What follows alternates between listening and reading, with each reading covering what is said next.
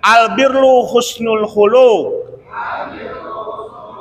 Kebaikan adalah akhlak yang baik. Wal ismu mahaka fi sadrika. Sedangkan dosa adalah segala hal yang mengusik jiwamu. Wa karihta ayat tali'a alaihin nas. Dan engkau tidak suka jika orang lain melihatnya. Nah, ini simple ya, hadisnya sangat pendek tapi singkat, padat isinya ya, maknanya. Dan ini termasuk hadis yang isinya adalah memang kebaikan yang mencakup semua perbuatan-perbuatan yang baik, sifat-sifat yang ma'ruf ya. Bahwa Bu, Pak, di dunia ini ada surga. Ibu dan Bapak mau nggak masuk surga di dunia? Rasulullah menyebutkan, bahkan diperkuat oleh ulama. Ala ukhbirukum bil jannati dunya. Maukah ku beritahu kepada kalian apa surganya dunia? Inna fid dunya jannatun. Sesungguhnya di dunia itu ada surga. Ya, paman lam yadkhuluha lam yadkhulul jannah al akhirah. Barang siapa yang tidak memasuki surganya dunia, maka jangan berharap nanti dia bisa memasuki surganya akhirat. Apa ya Rasulullah? Al-itmain fi ta'atillah. Eta surgana dunia teh. Al-itmain, ketenangan batinmu ketika melaksanakan ketaatan kepada Allah. Tadi sholat tenang tidak hati kita? Tenang, itu surga dunia loh. Kalau sholat tahajud ibu merasakan tenang gak hatinya? Tenang, itu surga dunia. Yang baca Al-Quran gitu merasakan tenang tidak hatinya? Tenang, itu surga dunia. Beda loh dengan ngitung uang, ngejar-ngejar dunia, itu nggak bikin tenang. Yang bikin tenang itu tetap aja urusan akhirat. Dunia itu kalau memang betul-betul meniatkan untuk semakin taat kepada Allah, baru bisa bikin tenang. Tapi kalau hanya untuk mengikuti hawa nafsunya, bikin goncang, ya. Karena itu sudah sunatullahnya kayak gitu. Ya. Ustadz juga ngalamin dulu ya, waktu jadi pengusaha. Nah deg-degan wae, nah dag-digug wae, nah pikiran teh kacau wae, itulah bawaannya dunia. Jadi ketika seperti halnya Zakir Naik itu ya, tahu Zakir Naik yang mubalik terkenal sedunia, asal dari India, sudah memualafkan ribuan bahkan jutaan orang-orang Hindu, orang-orang Nasrani dengan wasilah ilmunya. Beliau itu miliarder, padahal dia kerjanya ya cuman baca Quran, terus kemudian ngajar. Dia nggak pernah, dia hanya mencurahkan pikirannya kepada pengusaha sukses. Si pengusaha sukses itu kemudian memberikan fee dari pikirannya itu. Katanya podcastnya dengan Dr. Richard, tahu Dr. Richard yang mualaf itu ya, ketika podcast di Malaysia itu, bahwa dari sekian miliar harta yang didapatkan oleh Dr. Zakir Naik itu saya baru tahu ya, 51% diinfakkan di jalan Allah. Asaku araranehnya 51 masa tengah nah tuh. Jadi kalau dia sebulan dapat 100 miliar, 51 miliar dipakai infak untuk ke masjid, untuk ke yatim piatu, terus tiap bulan begitu. Tapi hartanya tidak pernah berkurang karena mana qasad sadaqatun min malin. Bahwa mana qasad itu tidak akan pernah berkurang. Sadaqatun, harta yang disedekahkan, tenaga yang disedekahkan, pikiran yang disedekahkan. Min malin, kalau di sini lebih khusus lagi, dari harta yang kalian sedekahkan. Nggak akan. Nggak ada ceritanya orang yang rajin sedekah itu miskin, nggak ada ceritanya. Ya. Kalaupun toh dia secara dohirnya miskin di dunia, tapi dia benghar di akhirat, pang bengharna. Itu kuburan yang paling kaya di Baki, dekat di sebelah baratnya Masjid Nabawi. Ada kan Babu Salam, kuburannya Nabi, di situ ada kuburan para sahabat. Kuburan yang paling kaya di situ adalah cuman kuburan Utsman bin Affan, ya, khalifah keempat.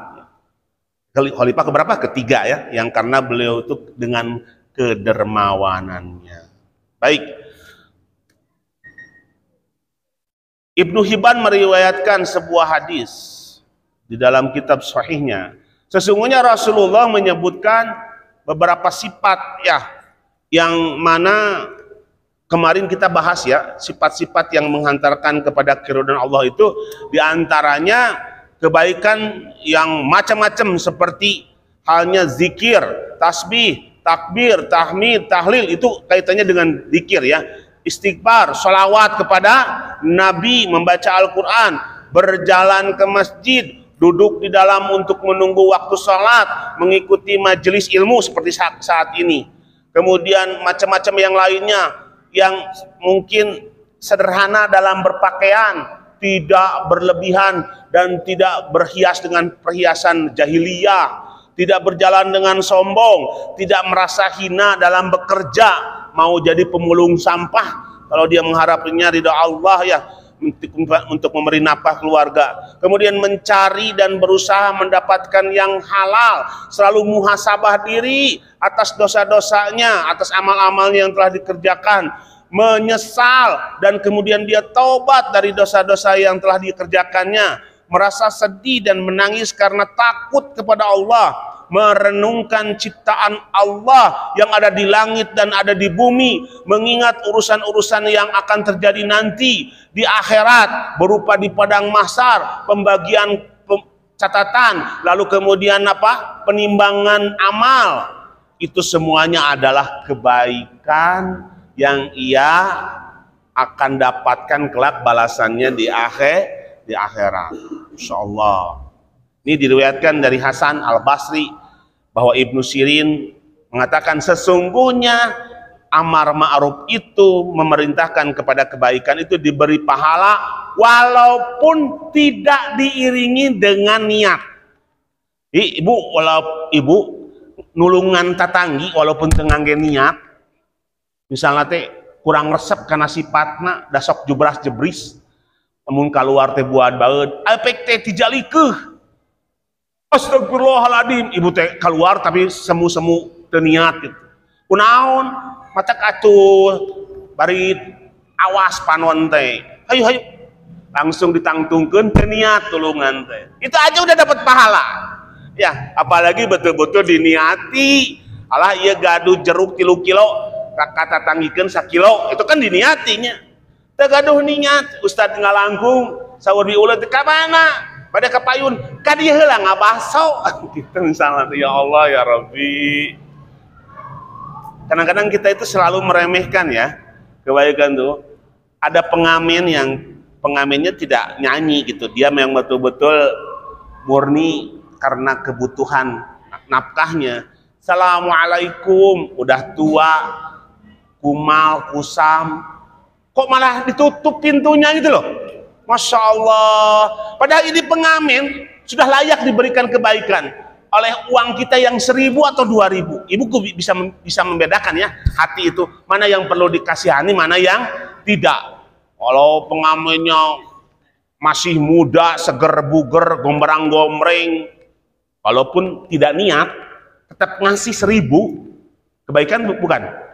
Kebaikan. Padahal sebetulnya kita sedang tidak menolong, membuat dia malas ya.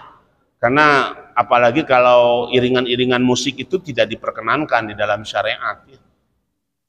Al-Hasan ditanya tentang seorang laki-laki yang diminta kebutuhannya oleh orang lain. Misalnya ada yang pinjam uang ke dia ya, sedangkan dia membencinya, tetapi dia tetap memberinya ya, karena malu di tetangga sebelah mahnya nggak dikasih pinjam uang. Kemudian ditanya Al-Hasan, apakah dia akan mendapatkan pahala? Padahal hatenan teu niat nulungan, dia menjawab, sesungguhnya hal itu termasuk kebaikan dan semua kebaikan akan mendapatkan pahala. Teu niat oge mendapatkan pahala. Insyaallah. Ibnu Sirin ditanya tentang seorang laki-laki yang mengantarkan jenazah namun tanpa diiringi niat, karena si jenazahnya ini preman misalnya, tapi kekewe hatena abai urang mah ieu aya hak sesama muslim, si preman ini kemudian dimandikan olehnya, disolatkan sampai dihantar ke kuburan, apakah mendapatkan pahala? Nah, ketika ulama ditanya itu, dia kemudian menjawab, ketika Ibu Sirin ditanya itu tentang seorang laki-laki yang mengantarkan jenazah namun tanpa diiringi niat untuk mendapatkan pahala, dia melakukannya karena malu kepada keluarganya atau karena tetangganya, apakah dia mendapatkan pahala? Dia menjawab, dia akan mendapatkan 1 pahala, bahkan dia akan mendapatkan 2 pahala, yaitu pahala sholat atas saudaranya dan pahala menyambungkan silaturahmi dengan saudara-saudaranya yang masih hidup. Jadi lihat, jangan dilihat si premannya ini yang berkelakuan buruknya, tapi bagaimana dampaknya.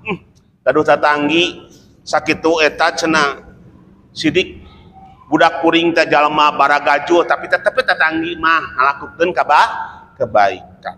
Masya Allah, itulah seharusnya sebagai seorang mukmin. Sekarang kita lanjutkan kaitannya dengan hadis ini. Lalu apa artinya albir? Albir itu apa tadi? Kebaikan, husnul khuluq, bahwa kebaikan itu adalah akhlak yang terpuji, akhlak yang baik. Nabi menafsirkan albir dalam hadis An-Nawas bin Sam'an ini adalah akhlak yang baik, dan menafsirkan di dalam hadis Wabisoh yang menentramkan jiwa dan hati. Tak eta sakur kanjeng Nabi teh, kebaikan itu semua yang menentramkan jiwa dan hati. Bu, ketika ibu sedekah itu tenang hati, ketika ibu itu zikir tenang hati, ketika bapak baca Quran tenang hati, itu semua kebaikan. Bahkan ada seorang kaya raya yang selalu ke psikiater karena ada gangguan jiwanya dan gangguan pikirannya. Konsultasi dengan ustadz, kata ustadz, banyak bersedekahlah, banyak berinfaklah. Dia datang ke yayasan yatim piatu, kemudian memberi kursi roda kepada salah satu anak yang cacat kakinya. Lalu si anak ini sebelum si orang kaya ini pergi, mengapit tangannya, meraih tangannya. Paman, jangan dulu pulang. Kenapa? Saya masih rindu dengan paman. Dipeluknya oleh anak itu, lalu kemudian diucapkan, jazakumullah khairan katsira wa barakallahu fi ahlikum wa malikum. Kata-kata ini tuh terngiang-ngiang dan sampai terbawa ke rumah. Si orang kaya ini merasakan tenangnya dari kata-kata itu sampai berbulan-bulan. Yang merasakannya itu adalah orang itu, orang kaya itu. Orang lain tidak bisa. Terus akhirnya inspirasi dari anak kecil yang mengucapkan jazakumullah khairan katsira ini, dia akhirnya menjadi seorang kaya yang dermawan. Sembuhlah seketika apa? Penyakit gundah gulananya, goncangnya, stresnya, kemudian apa? Kalut pikirannya. Ini tidak bisa, Bu, dinilai dengan uang sebetulnya ya. Bahwa kebaikan itu memang ukurannya dengan hati. Cok, ibu pas nulungan aya rasa bunga teu dina hate. Aya. Mau mungkin teu. Misalnya lamun simkuring ninggal ngurang kalina RT nuju lelempangan ka dia kasep pasien jajan 10.000, eta teh aya rasa bisa nulungan ka dulur, mere jajan ka dulur. Aya nu culang cileung urang kali teh nya teu kabagian jajan, nu lain jarajan, kurang dikasihkan. Sekarang banyak konten-konten, kita jauhkan dari prasangka ria. Konten-konten yang menolong ya, aki-aki nu icalan balon hek teu payu wae ditulungan.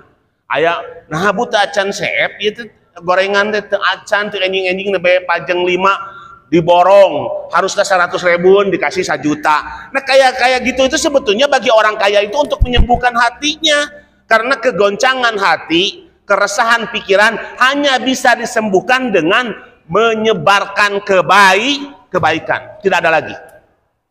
Maaf, kalau ada saudara kita yang trauma, melakukan kebaikan, luruskan. Soalnya ada wah merengin jam deui aing mah kadulur cadu na kunaon, Ah, nunggus-nunggus tara naik mayar. Ada yang gitu loh. Saya sering ingatkan, nggak boleh.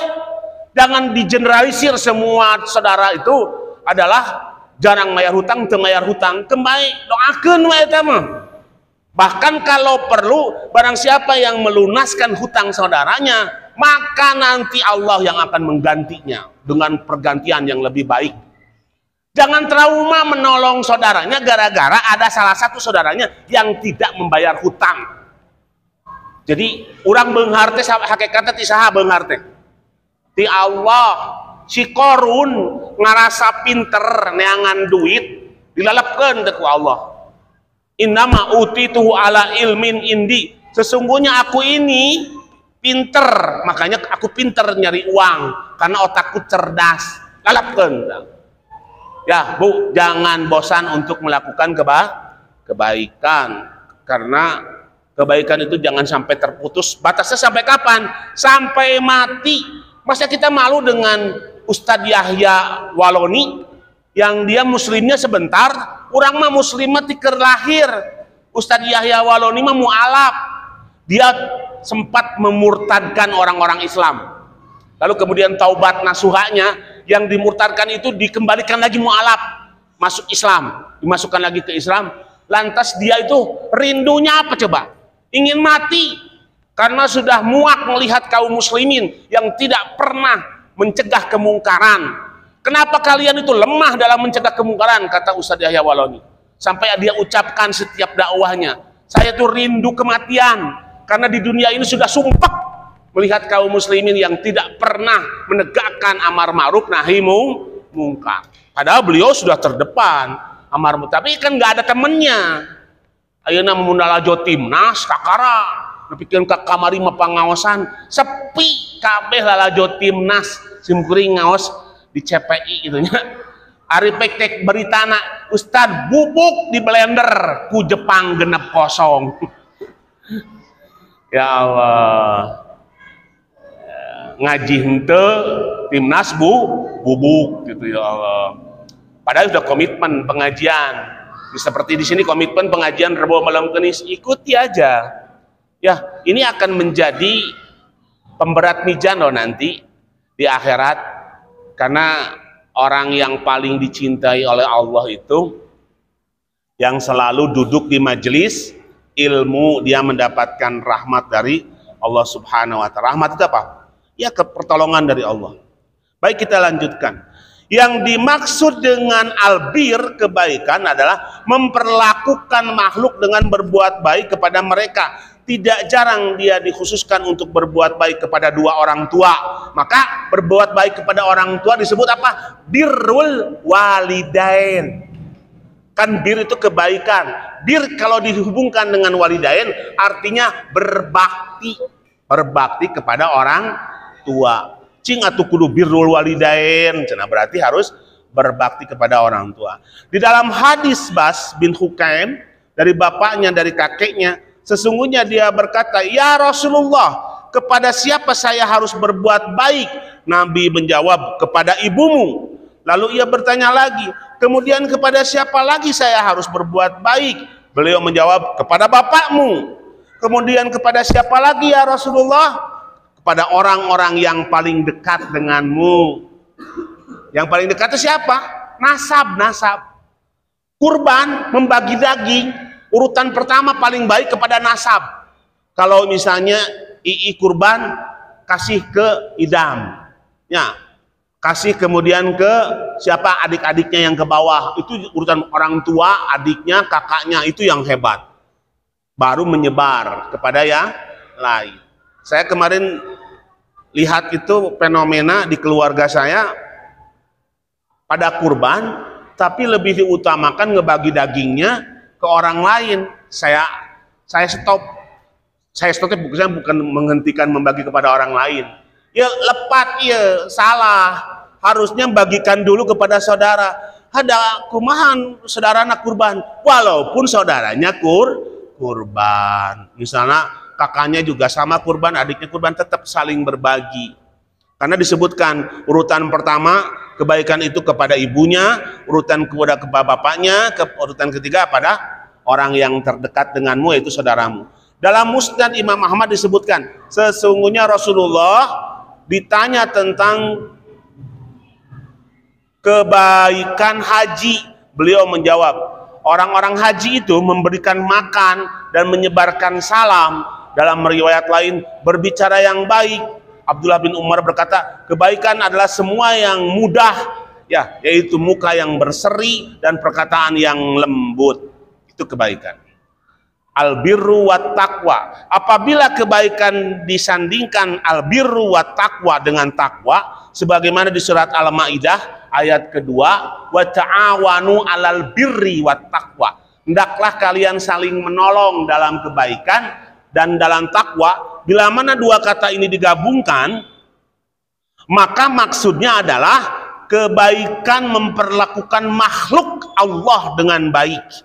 Yang dimaksud dengan takwa adalah berakhlak yang benar dan taat dan meninggalkan yang haram. Kepada makhluk itu sampai kepada binatang, ya. Kemarin ciri orang yang takwa, nyembelihnya beda loh. Dia pasti mengumandangkan takbir. Bismillahirrahmanirrahim, Allahu Akbar, kemudian diiringi sapinya dengan takbiran. Allahu Akbar, Allahu Akbar. Sampai hewan itu diperlakukan baik. Jangan ditendang, jangan ditarik-tarik, jangan disakiti. Sampai hebatnya Islam gitu loh. Memperlihatkan golok sebelum disembelih kepada binatang pun tidak boleh. Jadi golok itu tengwaka dikeluarkan tina sangkarna gitunya. Kela muntos atau siap-siap langsung keluarkan bismillahirrahmanirrahim. Memperlihatkan penyembelihan kepada saudara hewannya saja nggak boleh. Memang ayah dulurna, ayah dulur-duluran lain harus pakai sekat. Kayak kemarin di sini simpan sebelah sana, itu bagus. Yang lain simpan sebelah sana, di sebelah utara, yang sebagiannya bawa ke selatan untuk disembelih. Nah itu kayak gitu. Ini Rasulullah itu pernah melihat unta nangis dideketi. Rasulullah kan bisa ngobrol dengan hewan, beda dengan kitanya. Lihat unta nangis itu kemudian ditanya oleh Rasulullah, kenapa kamu menangis? Aku diperlakukan oleh majikanku dengan kejam, tenagaku dikuras habis, sementara hakku untuk makan, minum, dan istirahat kurang. Lalu kemudian yang ditegur pemilik ontanya, ya, karena untanya hanya diperas tenaganya. Baik, kita lanjutkan. Lalu kemudian ketaatan yang dimaksud di dalam ayat tadi yang diiringi dengan kebaikan dan takwa. Kebaikan dengan makna ini mencakup semua ketaatan yang batin. Apa ketaatan batin itu? Ketaatan hati, yaitu iman kepada Allah, para malaikat, kitab-kitab, para rasul, dan hari akhir. Juga mencakup ketaatan yang zahir. Apa yang zahir? Yang nampak. Seperti apa? Membelanjakan harta pada jalan yang dicintai oleh Allah, mendirikan sholat, zakat, menepati janji, menepati sumpahnya, sabar atas takdir yang buruk, kemudian dia sabar ketika ditimpa sakit, miskin, serta sabar dalam taat seperti sabar dalam menghadapi musuh. Itu semuanya yang dohir. Yang paling harus diikuti adalah apa? Kebaikan yang bersumber dari hati. Bu, lamun ibu dinten rebo misalnya teh tos komitmen ada pengajian, terus aya nu ngajak, mending keneh urang ngabasok we daripada ngaos mah. Tah nuturkeun mana hati teh, ikuti hati yang fitrah. Makanya istabti nafsaka, kata ulama. Istabti apa? Istabti itu adalah ikuti hatimu yang bersih, ya. Istabti itu dari patwa, ikuti patwa hati. Gerentes hati mah yang namanya hati selalu mengajak kepada kebaikan. Ya, maaf Bu, Pak, ketika sholat duhur, waktu itu kan saya pernah lihat ada karyawan-karyawan makan-makan di sana ya. Saya pernah di sini waktu pas keluar ada karyawan pabrik, laki perempuan ngobrol cekikikan ketika orang lain sedang sholat, sampai selesai sholat masih ngobrol cekikikan jika anu sedang pacaran bobogohan. Kira-kira hati kita menerima tidak? Nggak nerima, Pak. Nggak nerima. Itulah kebaikan ketika hatinya itu kemudian tidak nerima melihat kemungkaran. Itu baik. Kalau perlu, kemudian man ra'a minkum munkaron falyughayyir. Rubah kalau di antara kalian melihat kemungkaran itu. Kalau mampu dengan tangannya, kalau tidak mampu dengan lisannya, cik atuh. Pan ieu teh masjid bumi Allah. Nah teu era kalakah cekikikan lain ke masjid, jabaning aurat. Ada perempuan buka aurat aja, kita ini risih loh. Risih kalau di sekitar masjid. Ini bumi Allah. Apalagi ada yang main gapleh di halaman dirinya. Sok, aya wanti teu ngabubarkeun. RT terdepan langsung pangheulana ngabubarkeun nya.